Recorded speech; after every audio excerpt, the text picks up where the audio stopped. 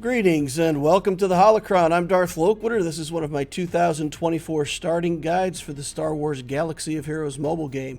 We're going to go through everything you need to do to get an Executor journey done as the first thing in your account. We'll go through the reasons for that. We won't just build the Executor though. We're going to try to optimize our account building, work on raids, conquest, all of the important game modes, along with that fleet dominance that we're looking to establish. I do have a new player guide for 2024 that's just generically talking about the state of the game and why we want to build things the way that we do. So if you could go watch that, it would be in your best interest to make sure you understand what you're getting into with this mobile game in the year 2024. That guide can help you get started. This guide's going to be the plan and execution for all the characters, shops, everything we need to develop the account.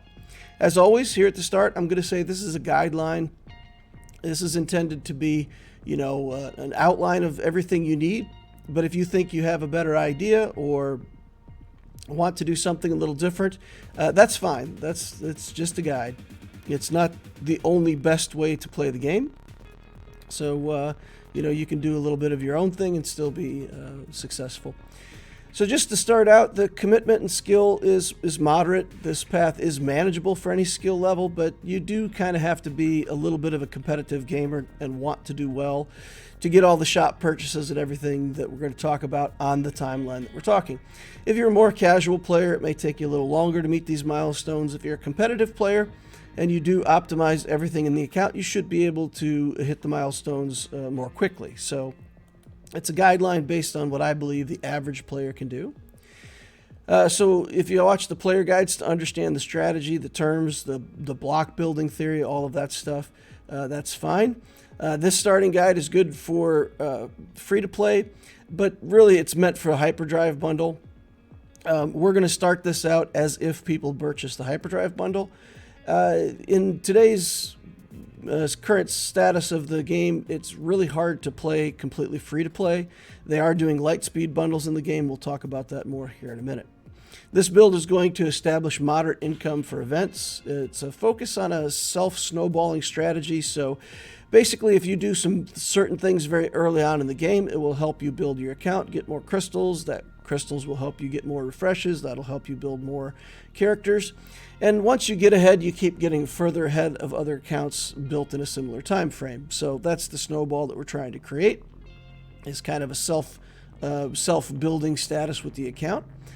Conquest success will be decent with this account, but not as good as it could be with some other builds because we're really going to focus a lot on fleet. Performance and raids will be really good. We are building a lot of characters that can help with the raids. So if you do want to do this free to play, it'll work. It'll just take a very long time. If you really want the whole guide to go from 1 to 85 and through the journey, you can go back and look. The 2023 guide is called Imperial Doctrine. It has a different name to differentiate it, so it's easy to tell the two different guides for 2 different years. But if you go back to the 2023 guide, that will start you at level 1 if you need that as a reference. So after the initial spending and the acquisition of the Executor, this game does not require ongoing spending. So right at first, you'll buy the hyperdrive bundle and you'll maybe want to spend a little bit of money on crystals to help drive your refreshes just at first. But once you have the Executor and establish good fleet placement, you'll get crystals out of there. That's the idea behind it.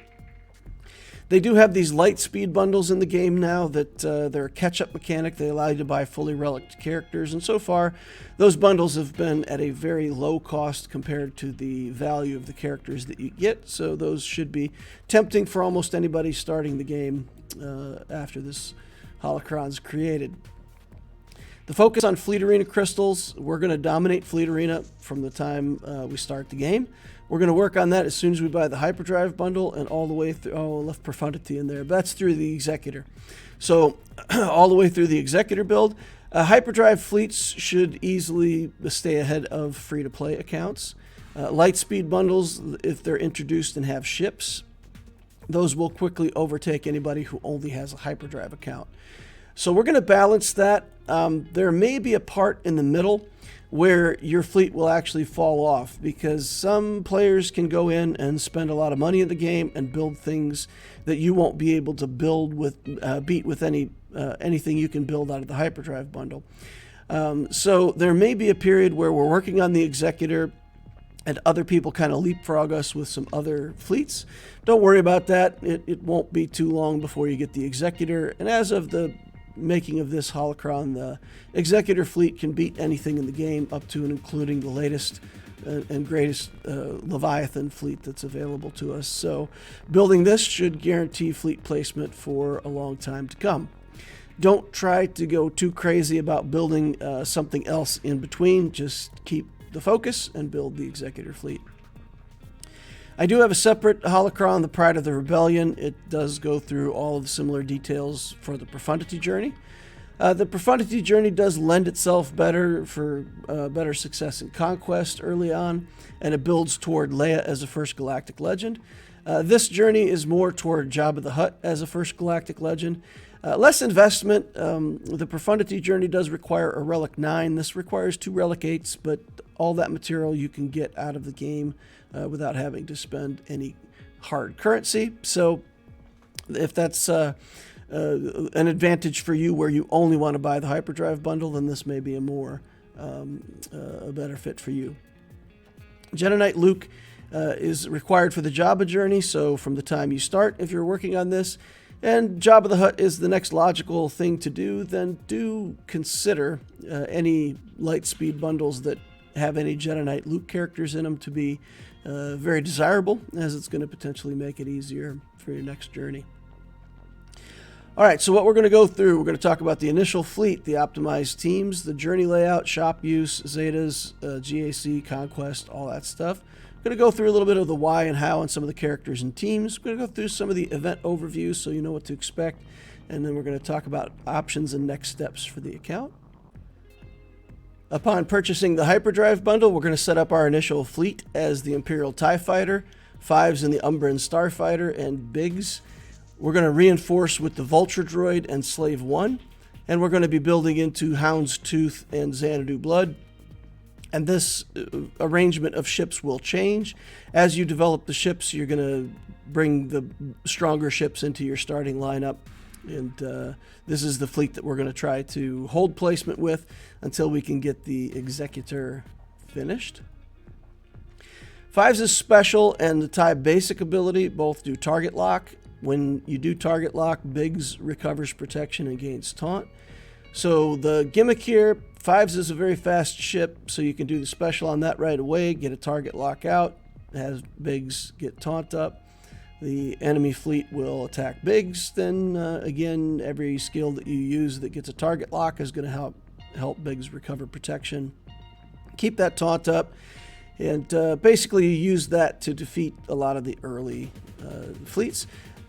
Geos are still going to do pretty well against this fleet, so once people start building Geos, you can expect this fleet to fall back a little bit, but it still should be competitive because we are going to be building relic ships, and relic ships will beat a Gear 12 Geo fleet, so it's going to be a little bit of paper, rock, scissors, but should be okay.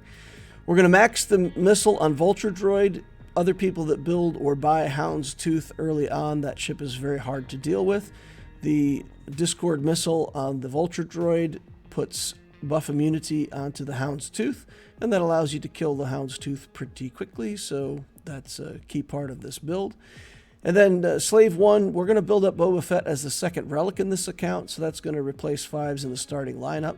Slave 1 is usually better as a reinforcement, but in this particular case, we're going to build the ship up really quickly, so we're going to use that as one of our starting ships pretty soon. And then we're just going to keep mixing and matching and replacing the bounty hunter ships. When the Hound's Tooth is good enough, then of course it'll go in the starting 3, etc. Vader's going to be an early relic on this account as well. The TIE Advanced is a good ship. I would use it as a reinforcement, though. Even if you get it to relic, this fleet is going to have a difficult time protecting Vader in the starting lineup. But he can come in as a strong reinforcement, and if Biggs is still alive, obviously he can put some target locks on and use Biggs for protection and do a lot of damage. So That's another ship that can fit into this fleet, depending on how things work out for you. The first few teams we're going to build now later. So I'm going to introduce the teams that we're working on, kind of the waves that we're going to work on them. Then we'll go into more detail about the order of the journey, which characters you're farming, which come out of the shop. So all those details will be coming here in a minute. But just to introduce the teams to you, in the first wave of priority, we're going to have some pilots we're going to work on. Biggs really isn't a character for this account, but we're going to want to use his ship for quite a while at the start. So you can work on Biggs, you can buy some shards for his character out of the shop, you can work a little bit on his ship, and try to make that be an effective thing, at least until one of the bounty hunters passes him up. Don't put a lot of gear on Biggs right away, but once you get other characters that you're working on for relics and you have a little bit of extra gear, Biggs is a decent investment, and his ship will hold up for quite some time.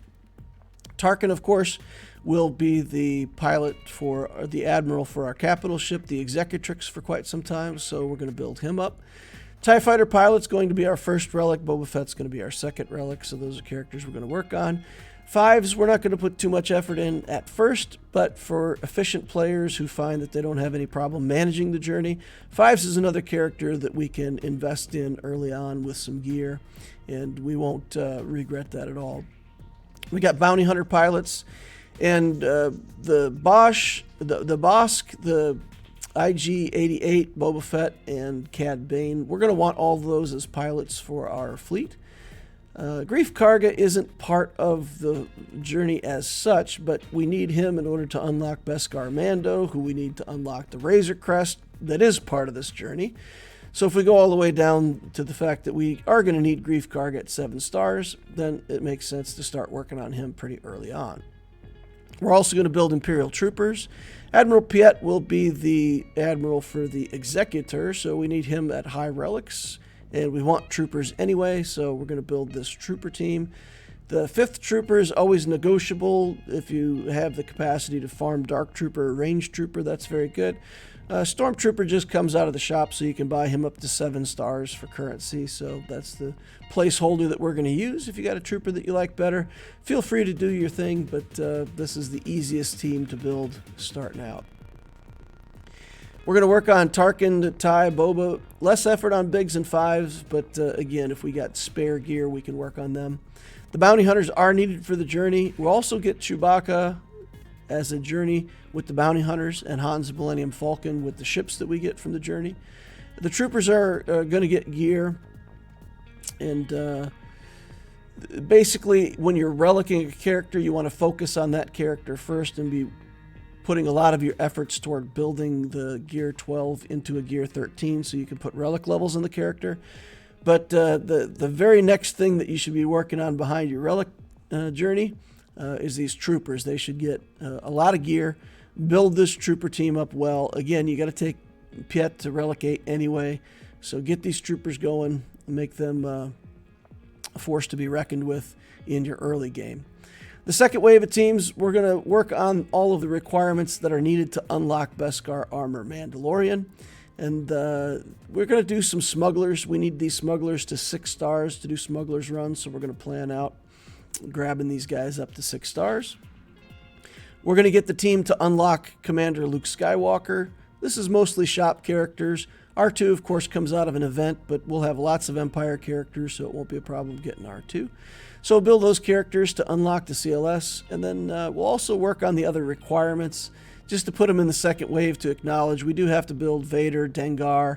It wouldn't be a bad idea for this particular build if you grabbed Wampa and Hermit Yoda. Again, my plan would be to follow this journey up with Jabba the Hutt, so if we can start grabbing Wampa and Hermit Yoda out of the shop, midway through this journey, we'll be that much further along toward getting Jedi Knight Luke and Jabba the Hutt later on. BAM is needed for the Razor Crest, so we have to unlock him. We have to build all the characters to unlock him, because you can't unlock the Razor Crest ship at all until you have Beskar Armor Mando unlocked. So it's not obvious from the journey. If you click on it and look, it'll say you need Razor Crest, but it won't tell you that you need Beskar Armor Mando, but certainly you do in order to unlock the ship. All right, and don't forget your Dengar. I've had somebody say that they focused so hard on all the bounty hunters and pilots and everything else, they kind of forgot about Dengar till the very end. So he's in there. Pay attention to him. In the third wave, we're going to build geos. All my prior guides have always built geos sooner than this. But in this particular guide, we need to put so much other stuff up front that the geos are going to have to wait. So in this case, we're going to be building the geos a little later on. We're going to get the Ewoks going. We need C-3PO for that CLS team. Ewoks are relevant for the current raid as well, so it feels really good to put them in. At the time of the making of this information, the speeder bike raid is the featured raid. So those Ewoks go right into the raid, help you get more raid score. We'll build the CLS team itself. And then we've got a Jedi team down here. Now this build, you haven't seen Anakin anywhere in this build yet, and actually we don't have much room to farm Jedi Knight Anakin early on. But I do think it's still worth building the Qui-Gon Jinn team. Even if you can't build a big Anakin, that team still makes some massive Jedi in Grand Arena for the cost of one Omicron. It's still really one of the most cost-effective things you can do in the early game to help you in GAC. So CLS is going to be a big boost for Conquest. Once we get through easy Conquest and get into normal, we'll need a good team to bust through some of those normal Conquest nodes, and CLS will do it just fine. Geos are finally here, and then Jedi is for the GAC, and of course for some time in the future. In fleet farming, we're going to be working on Slave 1. It is available out of the shops, but since we're going to build up Boba Fett right away, we're going to want to farm that ship. We're going to want to grab it out of the shops, get Slave 1 to 7 stars as soon as we can, get Boba Fett built up as our second relic. And that'll help us keep our fleet placement while we're building the Executor. The Mandalorian character, as of this presentation, is in fleet currency, so you'll go to Fleet Zone 5 hard. It might take you a while to get there. When you buy the hyperdrive bundle, it doesn't automatically unlock all of the fleet nodes, and there are a couple fleet nodes, especially 5E. It's notoriously hard to beat, so you have to build up your fleet pretty well. You have to have either quite a lot of damage or you have to have a pretty good tank to get past 5E. So it may be several weeks before you even get to see that Mandalorian node. Just keep building up your fleets, keep chipping away at it, you'll get there. Once we get past that, we can get the Mandalorian. He farms up pretty quickly, and you'll have plenty of time to farm him before you need him for the Beskar Mando journey, even if it takes you a little while to unlock that node. The Rebel Y-Wing is in here, but that's just because Grief Karg is on the same node, so we'll also get a Rebel Y-Wing. Jedi Knight Anakin has a good ship, and again, even though we aren't going to build Jedi Knight Anakin right away in this particular guide, I do think that ship is worth building always. So it's always going to be on my guide as something to farm. We will want the Negotiator at some point. That ship is absolutely key to the Negotiator fleet working, so we want to build it. If you don't build Anakin's ship early, it's increasingly hard to go back and farm it. So I say take it on right from the start. For the block farming, we're going to do 6 hard farms. We actually have a total of 8 hard farms that need to be done, and I think 8 is too many to tackle all at once. And there is some time limits on this based on getting the Razor Crest out of the shop anyway, so we don't really need to go crazy with the farms. But for Piet and Bosk, we will start out with those and then switch over to Cara Dune and IG-11. And we'll do 2 sets of character farms. We'll do kind of 2 waves of farming to get ourselves all the way to the end of this Executor journey. We've got a Cantina timeline that we'll talk about, fleet timeline. We'll take a closer look at that. And then the relic timeline, we'll go through this in more detail, but I've kind of laid out a guideline for the relics. You don't have to go in exactly this order. It's an order that I think fits for how the characters might come together, but I haven't played it out myself to prove exactly how it works, so results may vary. So the overview of a timeline. This timeline for a new player is roughly 30 weeks to achieve the completion of the Executor and unlock it at 4 stars. The limiting factor is the acquisition of Razor Crest. The Razor Crest only shows up in the fleet shop in the upper right corner, and it shows up with a frequency of rare. which means most of the time when you go in the shop, there's not going to be Razor Crest shards for sale. It shares that same slot with Biston's U-Wing and I think a Resistance X-Wing or something like that. So whenever you go in the shop, you may see any of those ships, and the Razor Crest will be in there only sometimes. Statistically, if you check this store, it'll refresh 3 times a day, and you have to get used to, again, go back and watch my starter video and it'll talk about that. But the fleet store refreshes 3 times a day. You get to see 3 unique fleet stores. And if you see them all and you always buy the Razor Crest when it shows up, statistically you will have this ship in 26 weeks. Now, sometimes you might not get all 3 shops in a day, or sometimes, statistics might just be bad and you don't get as many shards as other people. So based on the feedback I've had on the 2023 guide, it seems to be the case most often that people work through the relics and work through the journey, and then they are waiting a little bit on that Razor Crest to finish out. Now, the good thing is a relic Beskar Mando and a relic Cad Bane are not part of the journey, but they're definitely characters that you want at relic for the ships once you get the Executor in unlocked and ready to go. So, as it turns out, if you have to wait a little while for those Razor Crest shards, it's usually not that bad because you're still relicking your Cad Bane and Beskar Mando, and it's fine. You can take the time to finish it out. But just be aware, if there was something to come into the game that let you get Razor Crest shards faster, the Houndstooth and the single shard drop ships that you're farming are, again, statistically, it takes 28 weeks to farm that ship up. So if you do get the Razor Crest faster, it's not really going to accelerate your journey past that 28-week mark because you're still going to be finishing up the ships to 7 stars. So you should be able to get it all to come together sometime between week 26 and week 30. If it takes a little bit longer for you, though, what I would say is don't panic if you see that it's going to take you like, an extra 3 or 4 weeks to get to that Razor Crest. I have heard that from other people who've completed the journey, that they just don't get very good statistics on that ship dropping. All right, I have allowed 8 weeks in the timeline for the first 2 relics. When you start an account and go to hyperdrive, you have to get into a guild, and it might take you a little bit of time to find a decent guild, get into a raid, start getting raid currency to buy the characters and ships that you need. So I feel like putting the first couple relics on a really long timeline just gives you time to get into the account, get settled, and get started. But don't wait. Don't start your account and feel like, I'll start relicking these characters later. Let me collect a bunch of them up to 7 stars and do it that way. You need to start relicking characters from the moment that you get the account launched. Get a character to gear 12 and start working on its gear 13, and keep chipping away at that journey the whole time. We're going to front load character farms for Cantina. Once we get some characters farmed out of the Cantina and we start relicking characters, it's always going to be a challenge to juggle between farming new characters and getting enough signal data to relic your characters to high enough level for the journey. So it's a balancing act. Farm the characters up front, get them going, and then you can focus more on signal data later, is my advice. If you do it the other way around and you go crazy farming signal data, that's okay too.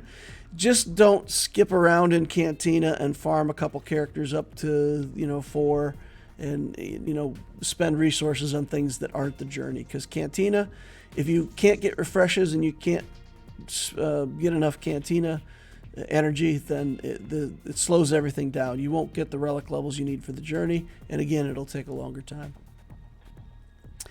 A bit of a warning, in the journey, when you look at the guide, it won't tell you this, but you do need a 7-star capital ship in order to do the event. So it makes sense to do the Executrix, so just be aware of that. We need to finish out. There's going to be a little objective. There's going to be a quest or whatever you want to call it that you have to do to get your Executrix to 6 stars. So build up your dark side ships, get that Executrix to 6 stars as soon as you can. Once you get it to 6 stars, you'll open up an event that'll show up every month that'll let you get 15 more shards each time you do it. But just be aware, we're looking at a 7-month timeline here, and if it takes, let's say it takes you a couple months to get that to 6 stars, you might only have 5 months of getting 15 shards. That'll put you at 75 shards. You need 100 to get this ship to 7 stars. So you will need to do 2, 3, maybe even 4 refreshes sometime along the way. So basically, early on, a couple times when you're in this event, just spend the crystals to refresh it so you can get a second round of 15 shards. I believe it's 800 crystals to refresh this, and you'll have to do that at least 2 or 3 times if you want to stay on this timeline. All right, more detail about the farming. So the first 6 things we're going to farm with light and dark energy are all requirements, things that we need for this journey. So Houndstooth, Piet, Queel, and Queel's on the same note as the Imperial Bomber. We need the Imperial Bomber to 6 stars. So if you get Queel to 7 before you get the Bomber to 6, just remember, you still have to finish that thing out at least to 6 stars for the journey. The IG-2000 and Xanadu Blood are also needed, so we're going to farm them the whole time. As Piet and Bosk finish up, replace them with farming slots for Cara Dune and IG-11. Again, we're going to need them for the journey to unlock the Beskar Mando. As the IG-2000 and Xanadu Blood finish up, then we're going to farm 3PO and Chewie for that CLS team. And I recommend farming the Dark Trooper to give your troopers more punch. You see that there's kind of a line at week 23, 24, and then I continue on with Queel and the TIE Bomber.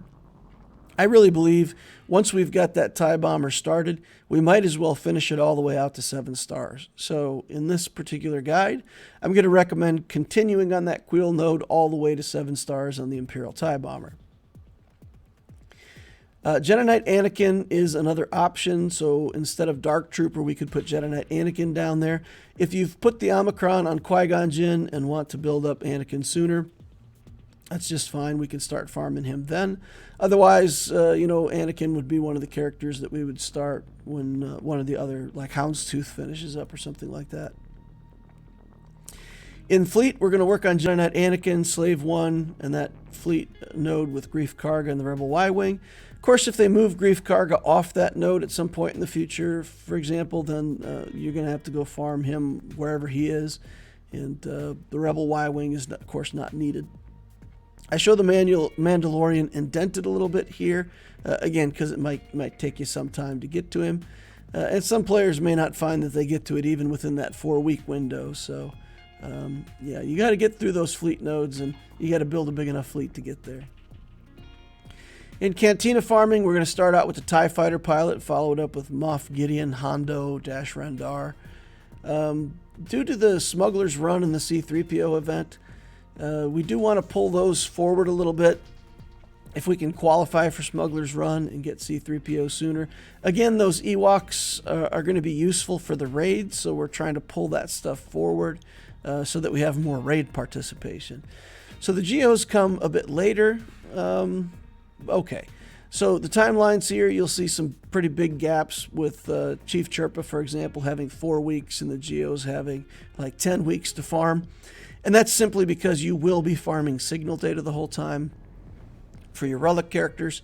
So you'll have to balance between farming signal data and going back and forth on these characters and getting them unlocked and going. I've got Captain Han all the way out there in the end, and that's simply because, of course, we're looking next to that Jabba. In terms of relics, I think the TIE Fighter pilot makes sense as the first relic. There's shop characters here that we could build up pretty quickly, but I think just go into Cantina. Hyperdrive Bundle gives you some crystals, so you'll be able to get a bunch of Cantina refreshes right away. Just get that TIE Fighter pilot going and get that as your first relic. The TIE Fighter pilot has pretty easy gear. Boba Fett has pretty easy gear. They don't have Kyrotech and a bunch of other stuff to worry about, so getting them to gear 12, working on them for relic. And again, I've put a nice big block in there of 8 weeks for your first 2 relics to give you plenty of time. 2 pilots going to help our initial fleet. We're going to try to keep fleet placement and do better than the other players who also have the hyperdrive bundle. That's the idea. Then we're going to roll into Darth Vader. You should be able to 7-star him with the Hyperdrive bundle plus the quests that you can do. Just go into your objectives tab and make sure you do the Darth Vader objectives that you can do there. And you should be able to get Vader most of the way, if not all the way, to 7 stars. And then with a few purchases out of the fleet store, he should be easy to finish. Get to 7 stars and use as a relic target. IG-88 and Cad Bane also shop characters, so if you don't get Vader finished right away, you can pull one of them forward and relic. And then we'll work into CLS and then Dengar. And again, Dengar comes from raid currency, so shouldn't be a problem to get him up to 7 stars and worked on. Then we've got Piet coming next, and Piet does have some Cairo on him. He's not an easy character to build. And he goes to Relic 8, so we're going to put a nice big 4-week block in here to let people catch up on signal data, get this character all the way to Relic 8, and catch up on anything they may have in the past. And then we'll go into Relicking Bosk, and then the rest of the more of the characters for the CLS team with Han Solo, Chewbacca. By then we should have C-3PO unlocked, so put C-3PO in there. And I put Wampa Relic 7 in here if we've been buying Wampa as one of our priorities. We may be able to take a look at Wampa here.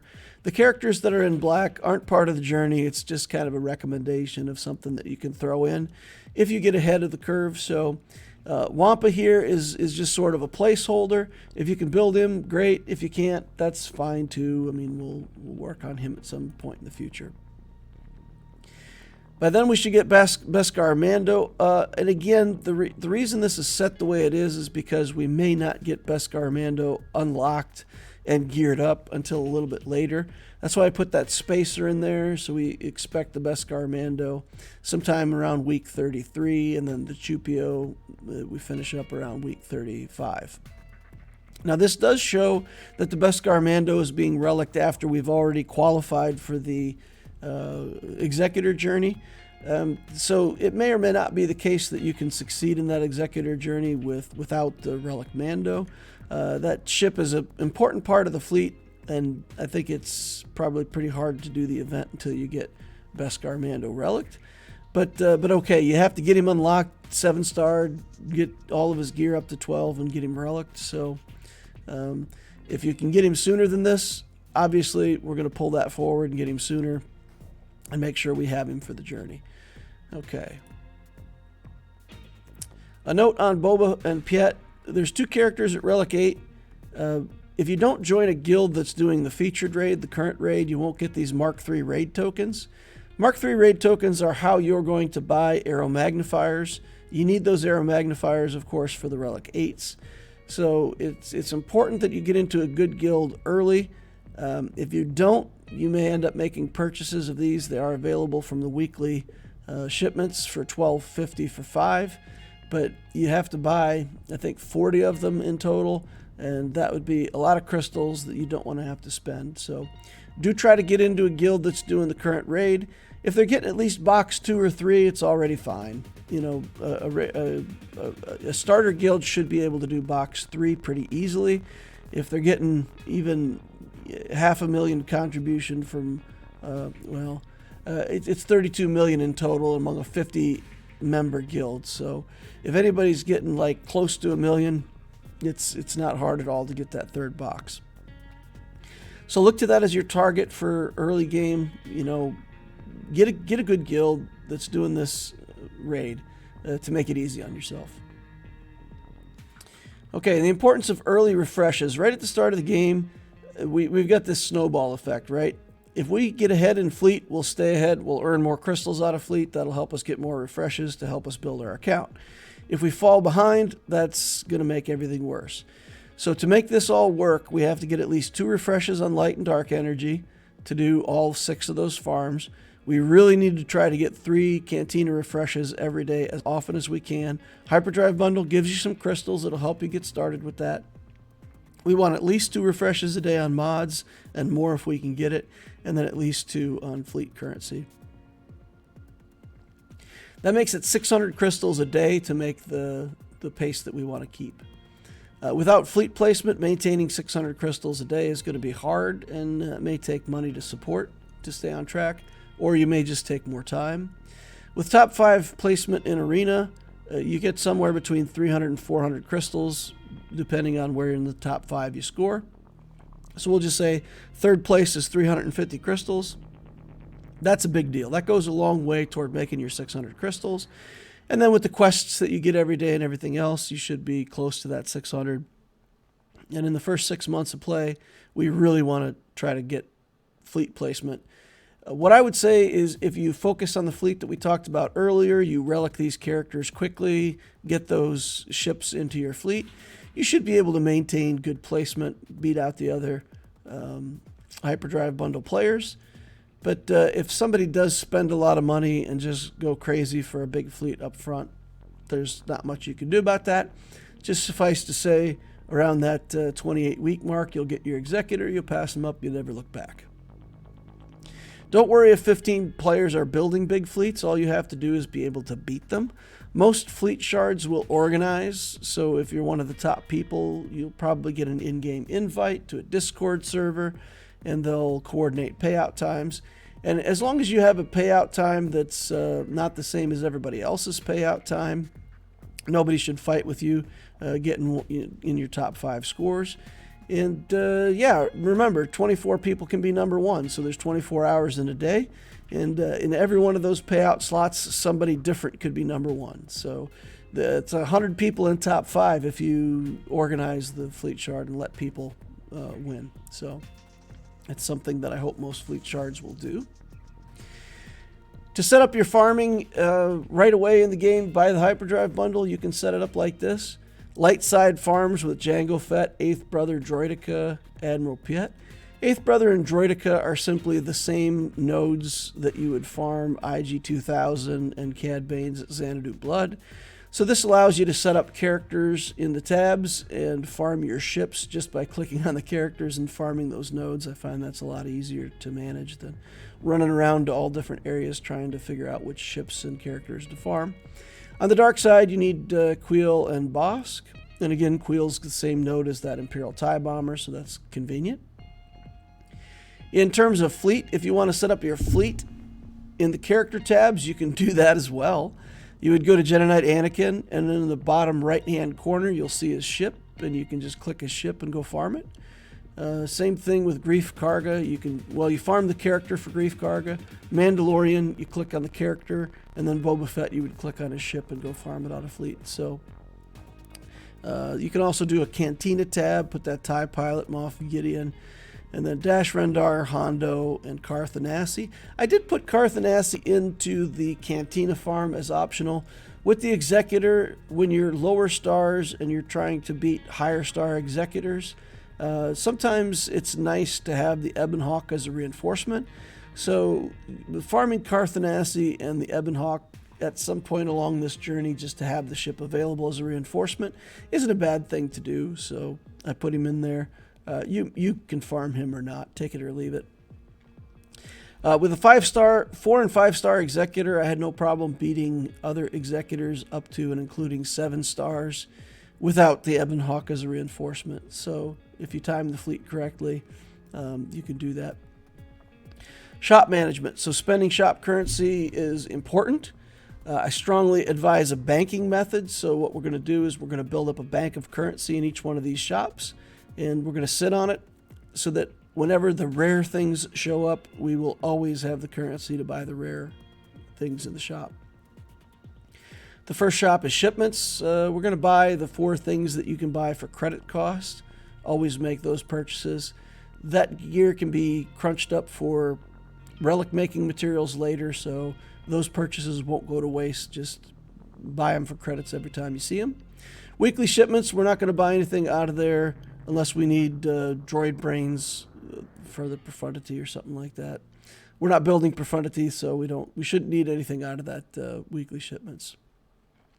Out of the Cantina, we're going to need Boba Fett. That's Stormtrooper for the Trooper team. Stormtrooper Han, of course, is one of the characters that we'll need to unlock CLS, so we'll have to farm that. And then I recommend getting Cassian's U-Wing to 7 stars. It's a light side ship that you can get and use in the game. It's a good reinforcement, but it's also a good conversion for making shard shop currency. For whatever reason, they've got an extra shard in there. Most times when you make a purchase, you buy 4 shards. Out of this shop, when you buy that ship, you buy 5 shards. So it's a little better conversion to shard shop currency. So you take it or leave it. It's not needed, but you can do that for conversion. In Guild Shop, this is the new star of the show with the raid tokens as well as the old style guild currency. This is going to be the place where you get a huge amount of benefit in the game. And the reason why we can do this journey pretty quickly nowadays. In guild shopping, we're going to build a lot of characters. We're going to keep some tokens in the bank, but we're also going to buy credits. So about midway down in this shop, you'll see this slot where credits are for sale, 1 million for 625 of the Mark 1 raid tokens. And when they consolidated the raids and raid currency system, they took away a lot of the stuff in the game that generated credits. So this is the new way. We just use the raid currency to buy those credits back. You'll be building a bunch of characters up from level 1 to 85, and that really takes a lot of currency. To get their stars up to 7 stars, you have to pay each consecutive star costs more, with the 7th star costing 1 million credits. And then it costs 6.6 million to build them up to 85. So you could just think of it as being around 8 million credits per character to take it to 7 stars, level 85. So we're going to need to make a lot of these purchases, especially early on, to get characters just leveled up and started. The old currency, we can use that to buy characters. There's some materials in there that cost 100, 150, or 200. Those are actually pre-built items, and they're pretty nice for leveling up characters quickly. So buy a few of those out of there, especially the Mark III detonators, things like that. When you start to get extra currency with the old style currency, Mark IV back to gel right on the top line is one of the best purchases. Mark VI droid callers are also very good. The moral of the story is just don't waste the currency. Don't spend it on a bunch of characters. The characters are so easy to buy for the Mark I raid tokens that we really don't want to buy them out of here. You can if you want to try to speed things up, but I would say just focus on getting gear and don't waste these. Don't just throw them away because they're there. Focus on getting the pieces of gear that you really can't get somewhere else. For the guild activity, we're gonna focus on 4 characters right out the gate here: Han Solo, Young Han, Stark, and Dengar. Stark as needed for the trooper team, Young Han for the smuggler's run. You only have to build Young Han up to 6 stars if you want to. You don't have to take him all the way to 7. That's your call. I would suggest finishing him out, take him to 7. You might as well once you get started. Han Solo is going to cost 700 per purchase instead of 200, but that's okay. You'll also get him quite quickly. He's good for the raid. He's good for your CLS team when you build that. And he's a pilot for the Millennium Falcon, on and on and on. So we'll grab Han Solo. Once we get those characters under control, we're going to start branching out. We're going to buy a bunch of Ewoks, Paplu, Elder, Logray, and then we're going to grab Luke Skywalker and Obi-Wan as characters for the CLS unlock. Right away at first, when you're working on this first batch of characters, you're going to spend almost all of your currency on these characters and credits. And even though you'll be able to buy gear, I would suggest, resist the temptation to spend much of this currency on gear at first. Try to find it other ways off of the nodes that you're farming or in other shops.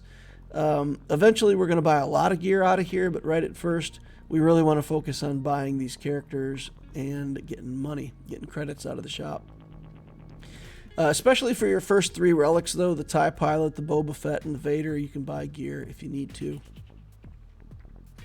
By the time we get on the second round of characters, we're going to be spending, let's say, a third each. So you're going to be buying some credits, you're going to be buying some characters, and you're going to spend about a third of it on gear.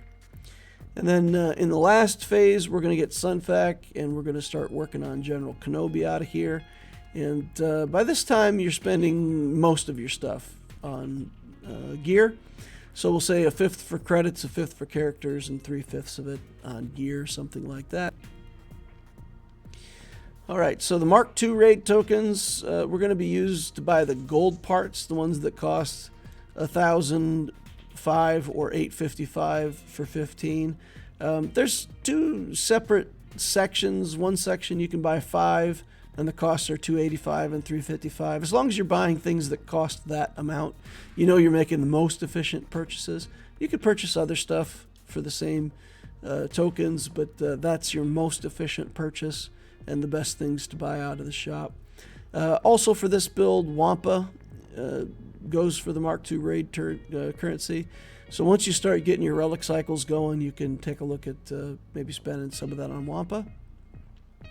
The Mark III raid tokens, of course, we're going to buy impulse detectors and arrow magnifiers and get that stuff for those relic 8s. As well as, for example, the Zinbittle cards and the Electrium are good values, and you'll want to buy some of those as well. But make sure you take care of these arrow magnifiers and impulse detectors, because you're not going to get them somewhere else. In the Squad Arena store, we're going to take Tarkin to 7 stars right away. That's the Executrix capital ship admiral, so we need him up and running. Then we need IG-88 so we can get the relic going. Then we need Leia for the CLS unlock. Then you want to buy a lot of prestige out of this shop. You want to build up at least 800 prestige so that when you get Executor, you'll be able to put all the skills on it at 4 stars. Mace Windu's also good out of the shop. You can work on him. Basically, as long as your prestige is going well and you're in the right range, think about buying some Mace shards. In the Galactic War store, we're going to buy ships. We're going to work on the Geos later, but we're going to want to buy these Geo ships out of here pretty quickly. So let's focus on the Geo ships. Biggs Darklighter, we're not going to build his ship up long term, but right at the start, before we have other better ships, taking Biggs Darklighter's tank to 7 stars and putting a little gear on Biggs is going to be a good thing. So we're going to buy his ship out of the Galactic War store when we can, and we're always going to keep 1,200 Galactic War store currency in the bank, and that way we can always buy Sunfac if his ship shows up in this shop. Buying it out of this shop saves you fleet currency. We can also buy Cad Bane's or Sunfac's ship out of the fleet store, but buying it here is cheaper. It's easier currency. We also have to build Cad Bane, Tebow, and Poggle. And of course, Cad Bane is not part of the journey, but he's a character that we're going to want a relic. So we do want to get him to 7 stars, get him ready to go. All right, mod store. Long term, the mod store can be useful, but early in the game, these things cost way too much currency compared to what you get. So I would recommend staying away from that shop for the first couple years that you play. Only buy a mod out of there if you've got extra currency and it's a really good mod. If you look at the fleet store, there's going to be tons of priority. We're going to save a big bank. My recommendation is at least 3,000 of the fleet currency. So we want a big bank of that so that every time we log in, we can always get the rare stuff. The Razor Crest is in that top right corner. That's the absolute priority. We have to buy that every single time it shows up. Slave 1's in the shop. We're going to buy that. Darth Vader until he's 7 stars. The TIE Advanced ship we're going to buy out of the shop. And then Sunfac's ship and General Grievous. General Grievous is used to be a much higher priority for me. Now it's get him if you can. But this is obviously the priorities, the things that we're going to want to be working on first. If your bank is way over 3,000 and you got plenty of money, you can start working on the Ghost, the Phantom, a little bit on the Umbran Starfighter, Plo and his ship eventually. Ezra Bridger can be bought out of here. Rex's ship can be bought out of here. So there's a lot of stuff out of the fleet store that you will want eventually, but focus on these things first. They're parts of the journey and things that we can't get other places. So always keep the bank. You don't want to miss that Razor Crest. Get Vader and his ship to 7 stars. Still work on Sunfac and the Geo. We're going to build the Malevolence as the first Get To fleet. Speaking of Get To, Guild Event Store. People call it Get 1 and Get 2. That's Guild Event Token, GET. So the Guild Event Token 1 we're going to use to buy Veers and Sunfac's ship. And then we're going to use for gear to get relics built. For Get 2, right when we first start, very first few characters that we build, we're going to use that Get to buy Cairo and to buy injector parts to help smooth out those relics. But once we get the first 2 or 3 relics under our belt, then we're going to switch over. We're going to buy only Malevolence or Negotiator shards until we get them both unlocked at 5 stars. The Negotiator really wants to be 7 stars, so I say make the commitment and keep going. You only need 1 fleet for Fleet Arena. That's going to be your Executor, but you do want multiple other fleets for Grand Arena, and it's a pretty big deal to have good fleets in GAC. The Grand Arena store opens up after 85 when you play Grand Arena, and I recommend using this only for Kairos and injector parts. The Shard store opens up once you get a character past 7 stars. So if you get a character at 7 stars and then you have more shards for that character, the shards will come into this shop and they will convert to Shard Shop currency. It's a pretty big deal. There's a row of materials in here that cost 360. Those are used for relic making. Getting them here is really a good bargain, a good value in the game. It's the right place to buy them. And if you can't get purchases out of this shard shop, it's going to be much, much harder to build your relic characters. So this shard shop is really a big deal. So early on, you won't have a whole bunch of characters all built out to 7 stars that are constantly feeding materials over to the shard shop. So what you have to do is you have to over purchase on purpose. So let's say we get that Cad Bane to 7 stars and we need some more shards in the shard shop. We can go in there, buy Cad Bane, buy another 10 shards, shoot them straight over to the shard shop for 150 currency to help us make purchases that we need out of there. So feeding the shard shop is important. We want to do that intentionally early on. We want to over purchase some characters out of Cantina and Squad if we can. We got a lot of characters to build though, so there's not a whole lot of extra room to throw away currency. But sometimes you do need to balance that out. Get some shards over there in the shard shop. And Bronzium packs are also a good way to feed the shard shop. The Bronzium packs have a few specific characters that show up over and over again. Like Snow Trooper, for example, you'll get a lot of shards of that. And you can also get some shards of the TIE Pilot out of there, I think. So you'll have characters that are already at 7 stars. You'll open these Bronzium packs. You'll get more stuff to put in the shard shop. And that's a very good thing. So open all your Bronzium packs as Bronzium packs. Don't use your friendship points to buy other stuff in the game. Buy the stuff for the purple and gold materials for 360 cost.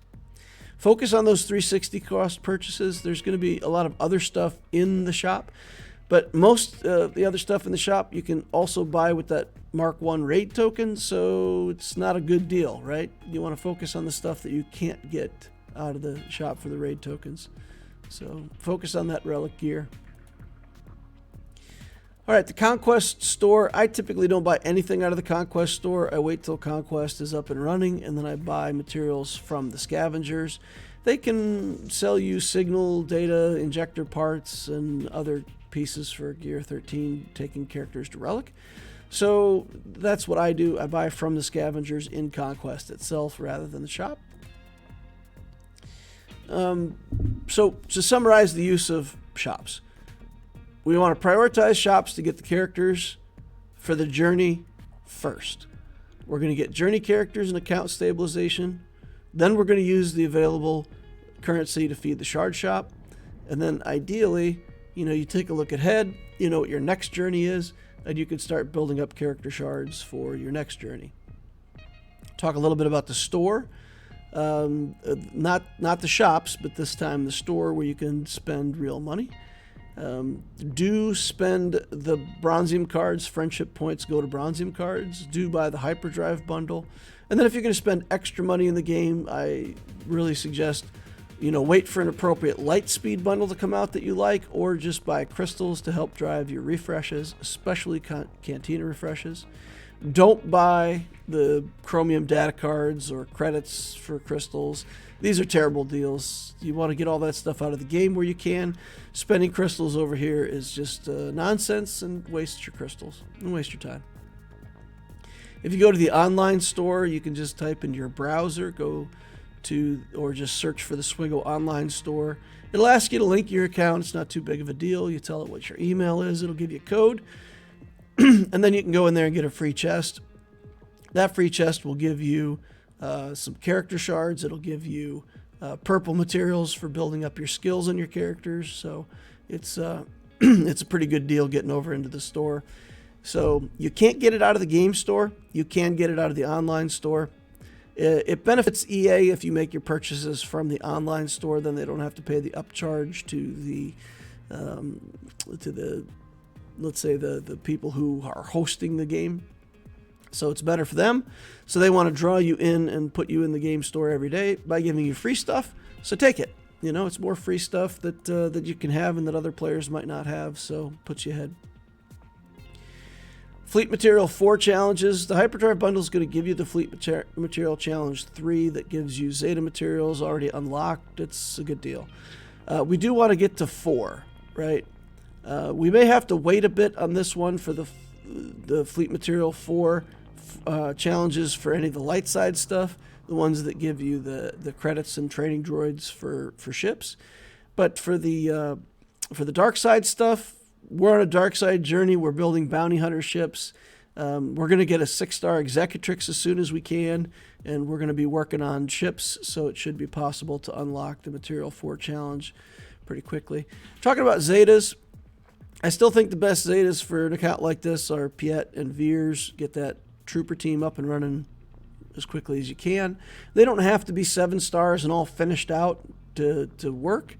So if we put these Zetas on, it's already an effective team.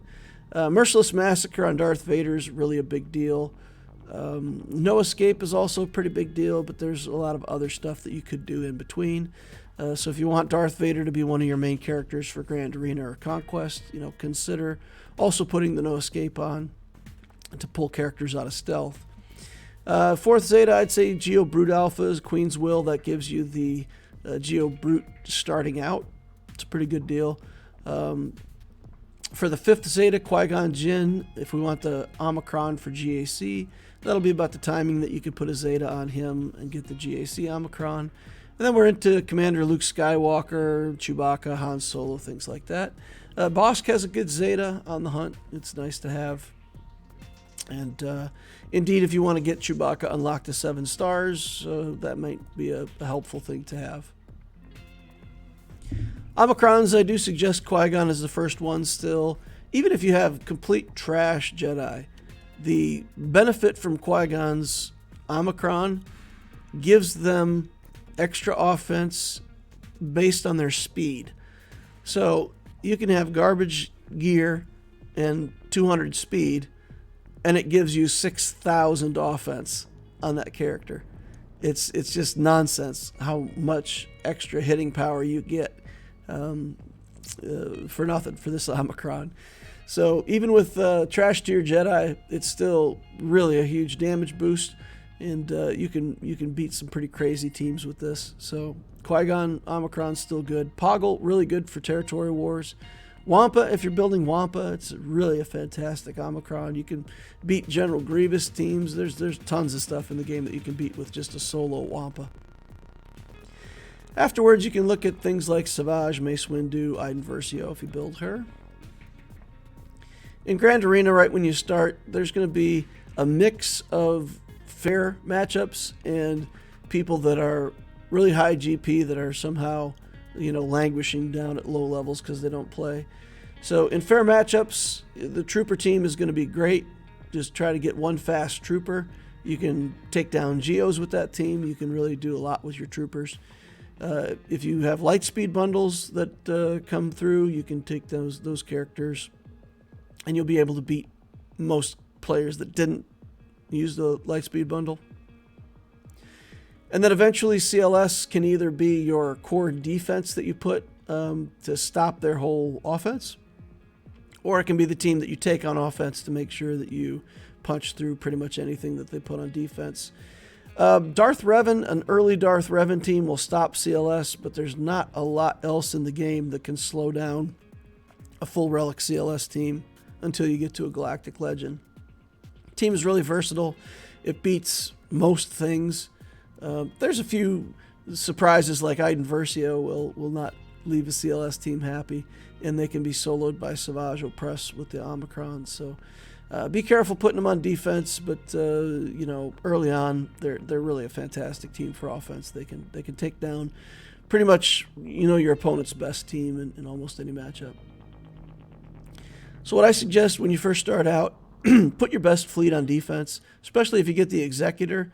Anybody who didn't go for a similar fleet is not going to be able to beat it. So if you full clear them and they full clear you, then your ship stands, right? So that keeps his own and wins a lot of combats. So putting a massive fleet in Grand Arena is a way to play. I also put a team like Geos up front in the bottom front and make that zone real hard. Amazingly, to this day, a lot of players really don't build a good answer for Geos. And if you make one of your Geos really fast, people come in with a solo Darth Vader, and if they're not paying attention and they just bring in Darth Vader alone like a relic Darth Vader to beat your Geos, if one of your Geos is faster than Darth Vader, you'll ability block him and potentially never let him get a turn other than just being ability blocked and doing a basic. So you can ruin a Vader's day if you build one fast Geo. I like building the Spy fast. Most other people would probably build the Brute Alpha fast, but yeah, you can be tricky with the Geo team if you want to be. In Conquest, for the first few months, we're really focused on the fleet and the Executor journey. Easy Conquest is pretty easy, but once you get to normal, you will need something like the CLS team. The Troopers fall off very quickly. So the Troopers are a fantastic team, but they speed boost Conquest so much that your Troopers will have a hard time going first. As long as the Troopers go first, they win. But things in Conquest get like 60% speed boosts. They act at like 480 speed. Then you can't get past that with Troopers. So they fall off pretty quickly. But CLS will pick up the slack. The Bounty Hunters will do okay. They're not a great team in Conquest, but once you start putting relics on all of them, they'll hold up and do something for you in Conquest. So expect that in normal, you might at first only get through the first couple zones. Just be aware that if you get box 2 or 3 in normal Conquest, box 2 is already better than maxing out easy Conquest. So in terms of gameplay, don't be afraid to just get through easy, go to normal, don't ever look back. And it may not feel great to get stumped in zone 3, but do remember you can spend some of these one-time buffs for your characters, and the buffs don't go away until you win. So if you put some tech on and put some boosters on your characters, you can sometimes push through these nodes. In the early game, I still recommend for a brand new player, you definitely want to be in a guild with the current raid, but I don't think you want to go to a guild that's doing the current territory battle. So Rise of the Empire takes a lot of GP to get good stars, and for a starting guild with low GP players, it's not efficient. So what you would rather do is get into a guild that's doing light side Hoth and dark side Geo. And in dark side Geo, if you have the Geonosian team, you can get to the battle where you fight for Wat Tambor shards. Wat Tambor is still a fantastic character in the game. Getting him later is very hard. So if you, by luck or because you know somebody, you get into a really good guild and you go straight into the newest territory battle, and you skip Wat Tambor, it'll be very hard to go back later and get this character. So my advice, find a guild that's doing dark side Geo still, and go along with them. Most guilds that are doing dark side Geo are getting, let's say, 35 Wat Tambor shards every time they go in, 30 shards, something like that. So yeah, 10 or 11 times that you got to go in there to get Wat Tambor. It takes a while, but if you're in a guild like that for the first year that you play, it's not bad. It's not bad, and you may graduate from that guild at some point later. But again, if you've got a 5 or 6 star Wat and you've collected a bunch of it up, you got the character unlocked and running already, then it's not quite as hard to go back and finish him out as if you never started. Let's talk about the teams that we're going to build real quick. So this bounty hunter team with Bosk, IG-88, Cad Bane, Boba Fett, and behind my head you got Django. This team, I just put it up here because this is the team that I used on my Abtisio account to beat the 7-star Chewbacca event. The event's pretty hard, but it's not too hard to gear these characters up.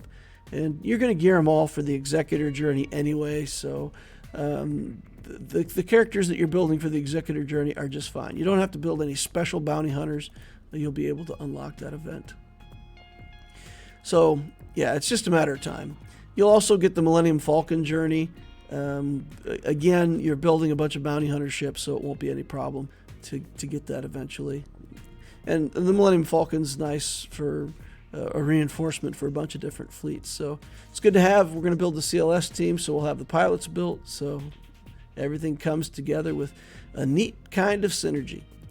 Grief Karga's still on the node with the Rebel Y-Wing. He's a better 5th for the team, so probably this team, instead of having the Jango Fett over here, probably Grief Karga is the best fit for your 5-man team. Jango's a solid character, but he isn't needed for any of this, so you can build him or not. Smuggler's Run, again, we're going to go for 6-star smugglers. And Dash Rendar, we're going to build Han and Chewie anyway, but Dash Rendar, Hondo, and Young Han, you can build them all up to 6 stars to qualify for that event. You can also do L3, Kira, some stuff like that. If you want a different smuggler, it's fine. Basically, Han and Chewie are going to be relict eventually, so they're going to be carrying the mission, and everybody else is just 6 stars to get you in the door. In the Profundity journey, we did a Dash Rendar early on, and you could kind of rush the Smuggler's Run event. Here, we're going to have to build into it. It's not an easy event, so even if we get our 5 6-star smugglers, it doesn't necessarily mean we're going to be able to complete the event. The event is not easy.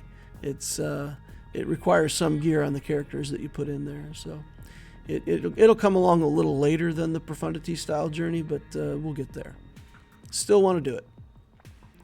This guy doesn't specifically talk about getting R2, but you build troopers, right? We're going to build a bunch of 7-star troopers, so it's no problem. We'll unlock R2. And CLS is a little bit lower priority, so focus on the journey first. CLS stuff second. If you don't unlock CLS right away, you can still work on relics for Han and Chewie. Again, Han you're going to buy out of the shops. Chewie you're going to unlock with bounty hunters. So you should have those 2 characters to work on. You can bring along CLS later. So it's just to say, if you're not getting CLS unlocked as early as the guide might suggest, don't worry about it. Unlocking him later is fine. Just pull the other guys forward. No Phoenix. I don't see any reason in an account like this to build or work on the Phoenix at all. I know Captain Rex is nice and yeah, whatever. I know it's a distraction from the core and the center of what we want to do in building our fleets. So we're not going to spend any time on Phoenix. Jedi and Galactic Republic. If you get 5 Jedi at 5 stars, you can unlock Grandmaster Yoda. Geos can unlock Padme. I showed Jedi Knight Anakin as an optional relic target, and Qui-Gon Jinn as an Omicron target, and sometimes people see Padme as a journey target. So I just want to explain something to people who may hear different stories. So why would you build a Padme team if you're going to also build Qui-Gon? It's the same characters, and I'm wasting my time with Padme. So what I have told people before, you build this Anakin, Mace Windu, Kenobi, and Ahsoka. And again, this is such a high-value team early game. Jedi Knight Anakin, pilot. Mace Windu, admiral of a fleet. General Kenobi, admiral of a negotiator. Ahsoka Tano, pilot, right? Just tons of value in building these characters early on. And that's a good Padme team. If you take it into Grand Arena, it's a Qui-Gon team. So if you do build a Padme team, basically you just put Qui-Gon in charge in Grand Arena, and otherwise it's always a Padme team. So to me, it's that simple. It doesn't have to be that you skip Padme, or whatever. Now, that said, in the age of Lightspeed bundles, once you buy a Lightspeed bundle with a few characters that need Zetas, you're going to want to work on those characters and put Zetas on them. And Padme really doesn't do much unless you do get the Zetas onto Padme. So I feel like in the current environment in the game, Padme really falls off, and it just becomes a Qui-Gon team. And you'll build Padme someday when you have the Zetas to put on her. The other reason you want these Galactic Republic characters, like I said, they're all part of the fleet. The Geos explained. Geos have always been a huge priority. They're so good in the early game, right? They're good characters. Other players can have problems beating them in Grand Arena.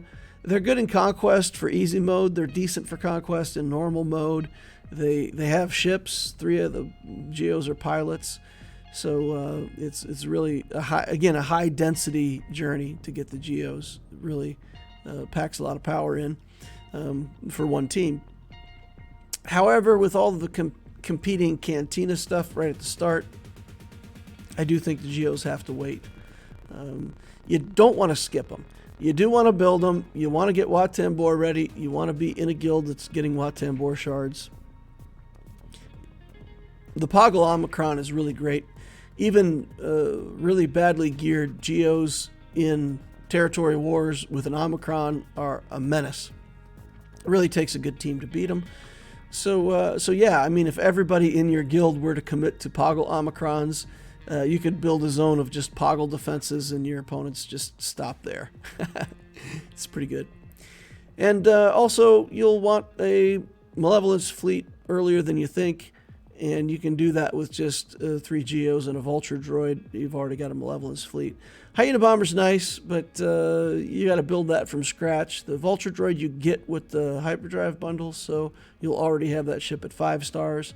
So you can build an early Malevolence fleet, and this will beat a lot of other stuff. I mean, it won't beat another good Negotiator fleet or a fully built Malevolence fleet, but just about any thrown together fleet out of the Hyperdrive bundle stuff, or with even some of the Lightspeed stuff. This is enough, right? The Malevolence is a really good fleet. Let's talk about the raid for a second. At the time of this holocron, the Speeder Bike Pursuit rate is the current featured raid that you can get Mark III raid tokens. So we'll just kind of go through real quick. You can put a team together with like Gideon, Chewbacca, Ewok, Piet, Han Solo, Logray, Veers, Stark, Akbar, Wedge, Paplu, Stormtrooper. These are all characters that come with the Hyperdrive bundle, or that we're building, or are tangential to the journey in some way. Admiral Akbar we're not specifically building, but you'll get him through fleet anyway as an admiral of a ship. You can build him up and use him in the raid. So yeah, it's just suffice to say we're building enough characters to be competent in the raid. And on my Lex Talionis project, the teams that I built out of those characters at a pretty low level are still getting almost 1 million contribution. So it's pretty easy to get the first 1 million. C-3PO event, we are going to make sure that we keep the Executor characters in Journey first, but we're also going to work on Ewoks. They are part of this raid and they're not a great defense in GAC, but they can fill space, and they're not for free, right? They take some effort to kill. 3PO is the 5th relic for CLS and really allows that team to flourish. And you need them all at Relic if you want to use Datacrons in Grand Arena and other places. At lower GAC skill ratings, the CLS team will be crazy. But you do need 3PO to finish it out. There's no Wicket in here. I'm just using the shop characters. Most of this stuff we can buy from the Mark I raid currency. Tebow we can get out of the Galactic War Store. Chief Chirpa we do have to farm off of Cantina. But then we can put together an Ewok team with no farming requirements. And if you gear up Elder and Paplu to gear 12, the event is manageable with no Wicket. It is a pretty random event. With Elder and Paplu at gear 12, I put decent mods in them. And I think the first time I went in, it was like hopeless. Within a very short period of time, my team was ripped apart and gone, and I thought, oh goodness, this isn't going to work. And then the second time I just went in and beat it. So there's a lot of variability in this match. If you do this event, don't worry. Just keep trying. And if you get the characters geared up well enough with decent mods on them, it doesn't even have to be that great of mods, but yeah, just put a little more gear on them. It's fine. Especially with the new raid currency system, it's not that hard to gear up these Ewoks. And I'd rather gear up the Ewoks we've got out of the shop than try to have to farm the Wicket. Nisa is pretty good in the event, but I don't want to have to farm 7-star Nisa either. Hans Falcon event itself, Vader will be the fleet admiral. We're going to build Vader. We're going to relic him. That's fine. The event's not a walkover. Basically, you'll go in with your bounty hunters, and until you get the bounty hunters built up, you may not win it, but this is only a matter of when. You're relicking a bunch of bounty hunter characters. You're going to roll over this event sooner or later just on the journey itself for the Executor. The Executor event, Tier 4 of the event, within the event itself, I had a problem with it, with trying to fight against the Anakin's ship. As many times as I tried to kill Anakin's ship quickly on that event, it never worked out for me, and I ended up just kind of slow rolling it. In that particular event, I used Slave 1, and I found that building up to that seismic charge, I could get Anakin down, and then he would die with the unending loyalty on him. He would go into stealth, and then if I could drop the seismic charge on him, it would kill Anakin, and that would win me the matchup. So you might have to mess around with that a little bit, but that was I don't know. It was I remember it being a little harder than I wanted it to be for that Tier 4. With the bonus tier, I've seen streamers claim that their method gives 100% win rate. Use Houndstooth, IG-2000, and Razor Crest as a starting 3. I have lost with that comp, but basically in that bonus tier, what you want to do, use your skills to keep the buzz droids off your ships. So like when Houndstooth has buzz droids, if you use the taunt missile special ability, it'll take the buzz droids off. So you can play around with that and make sure you read the skills and know to use a special and take the buzz droids off your ships. You do have to kill that hyena bomber before it gets a second round of buzz droids. If it puts buzz droids on you the second time after you've already removed them all, it's pretty hard to win. But the bonus tier is not too bad on the Executor event. You'll figure it out. I have confidence. What's next for the account? I recommend Jabba the Hutt as the next Galactic Legend journey. Jedi Knight Luke is a good journey. It's part of Jabba's requirements to get Jedi Knight Luke.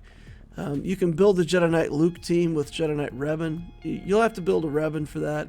He's not too hard to get, but you can get Revan, Luke, Bastila, Old Ben, and Hermit Yoda, and you can use that to kill anything up to or including an opponent's Supreme Leader Kylo Ren, which is still the most common first Galactic Legend. A lot of people get SLKR, they put him on defense in Grand Arena.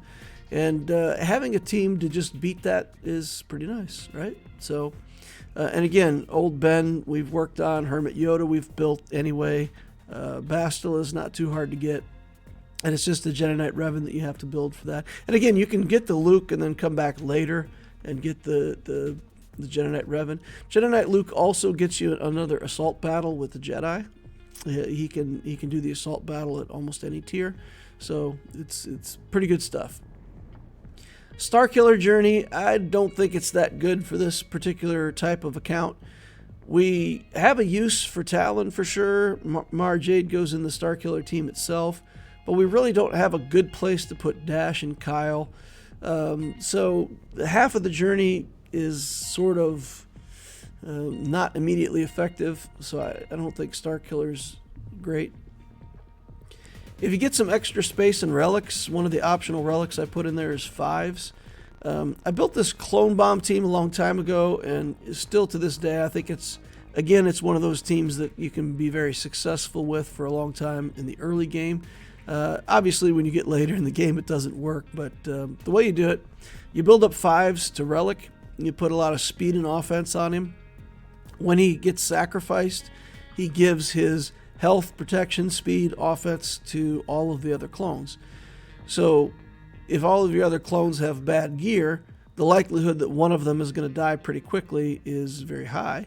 So somebody comes over, kills one of your other clones, 5 sacrifices himself, and basically your other 3 clones then turn into, relic characters instantly with super speed and a lot of offense, and it's pretty neat. So you just intentionally sacrificed 5s, and then you can murder the opponent's team. It works really well on GAC on offense. You never want to use it on defense because players know that they got to kill 5s first. So they'll come in and they'll kill 5s first, and that'll be it. You'll lose. But it's a nice little team on offense for the cost of 1 relic. And 5s has the Umberan Starfighter. It's a good ship, so 5s is, again, a high-value character. For assault battles, we're going to secure 3 assault battles at Challenge Tier 1. Troopers can do 2, and then we'll get Rebels with CLS to do up to Challenge Tier 2 of Military Might. And again, if you follow up with Jabba, then you'll get Jedi, and you'll be able to do 1 more assault battle. But you could also build Night Sisters. Again, a Relic 5 DACA with some other Night Sisters can get Challenge Tier 1 for Secrets and Shadows. It does take a pretty strong Sith team to get Tier 1 on Places of Power. The Starkiller Journey can support that, but again, it's not... I don't think it's that high potential for this account. All right. Jedi Knight Luke trivializes the Ground War event. So just to talk a little bit about personal experience, I started an alt account with the name of Inquisitor Obtisio on the 1st of January in 22. I did do a clones and gas team and then switched to profundity right away. And with that account, I played free-to-play. I juggled all the arrow magnifiers and all that stuff, and was able to complete a journey like this free-to-play with no problem. It took a little longer than it needed to, but it was doable. Then just to say also, player experience. Based on the 2023 guide, the Executor journey has been followed and done by many players very successfully. I have gotten feedback in most cases that they get to the point where they're working on the relic for BAM and they're waiting on the last few Razor Crest shards, and it all comes together kind of at the end there. Just a little off the timeline, a little longer than maybe they would have liked, but I guess either they finished up the journey early or it took a little longer to get the Razor Crest shards. So that's the real experience that people have had with it. If you do spend money up front, consider extra mod refreshes. The first thing you have to cover, of course, is your Cantina refreshes. Make sure you get those. But you start out with no mods, so the better mods you can get, the better off you'll be. And the Trooper team and CLS are both teams that are better with good mods. So the conclusion, the free-to-play experience, I did start a new account in September of last year called the Lex Talionis Project. And my experience was that free-to-play with no hyperdrive bundle is now pretty awful. And playing without hyperdrive, once people buy a Lightspeed bundle, you're pretty much blocked out of everything. So Lightspeed bundles are a nice catch-up mechanic, but they did more or less kill the ability to play this game free-to-play. So the conclusion, if 10 players buy any offered Lightspeed bundle that has ships, there's going to be no way for you to get fleet crystals at any reasonable rate out of the fleet. So if you don't go hyperdrive bundle, if you're still in your 1 to 85 journey, you can't buy Lightspeed bundles unless you're level 85, so you'll be locked out of that. Other people will buy it, and your fleet shard will be locked out. You'll be done. The result of that is the reverse of a snowball. Everybody else is getting more crystals and you're not. They continue to build faster. You continue to struggle and build slower. So on one hand, you say, fine, I'll let them buy the Lightspeed stuff, and it'll just take me a year to get to the profundity instead of 30 weeks. But just realize that the extra time that it takes you to get there, they've also built more stuff in their account. They might be further along toward a Leviathan or another fleet that's going to be harder for you to beat. So you, instead of getting further ahead of the pack, you get behind and you get further behind. So again, I don't want to sound judgmental about it, but if you want to play the game, get the hyperdrive bundle, get to level 85, And, consider purchasing those Lightspeed bundles so you don't get crushed by the other players who do buy them. And again, the ones so far have been $10, $20, $30, and the value out of those has been immense. So it's not too much. It's not like they're asking you to spend a lot of money on the Lightspeed bundles. It's a lot of power for very, very little money. So conclusion, the journey is an optimized mix of the Executor journey, a CLS team to maximize the Galactic Challenge and Conquest, participation in the current raid, assault battles, Smuggler's Run, and like I said, it's an outline. If you think of different or better things to do, then, use your ideas.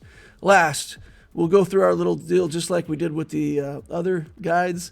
Friends don't let friends drive drunk. We've heard that. Go to the gym. Friends don't let friends skip leg days. And when we get to Swgoh, friends don't let friends skip mod refreshes. So no matter how hard you feel like your crystals are getting pinched, don't end up being that person who spends everywhere on all your refreshes and doesn't get any mods, because you can't catch up on mods. Once you start getting behind, you're limited on how many mod refreshes you can do. And I've seen a lot of accounts with really good characters, a lot of account development, and really bad mods, and it feels bad going into Grand Arena with how badly their teams play with poor mods on them. So do make that a focus. Don't skip it. Don't skip leg day. Don't skip mod day. And good luck with the Executor journey. If you have questions or comments about this, please put them down below. Please remember to hit that like button on the way out. If you didn't hit it on the way in, it does help me. It helps the channel. If you've made it this far and you hit the like button, you're absolutely my hero. Thank you all for watching. We'll see you in the next Holocron.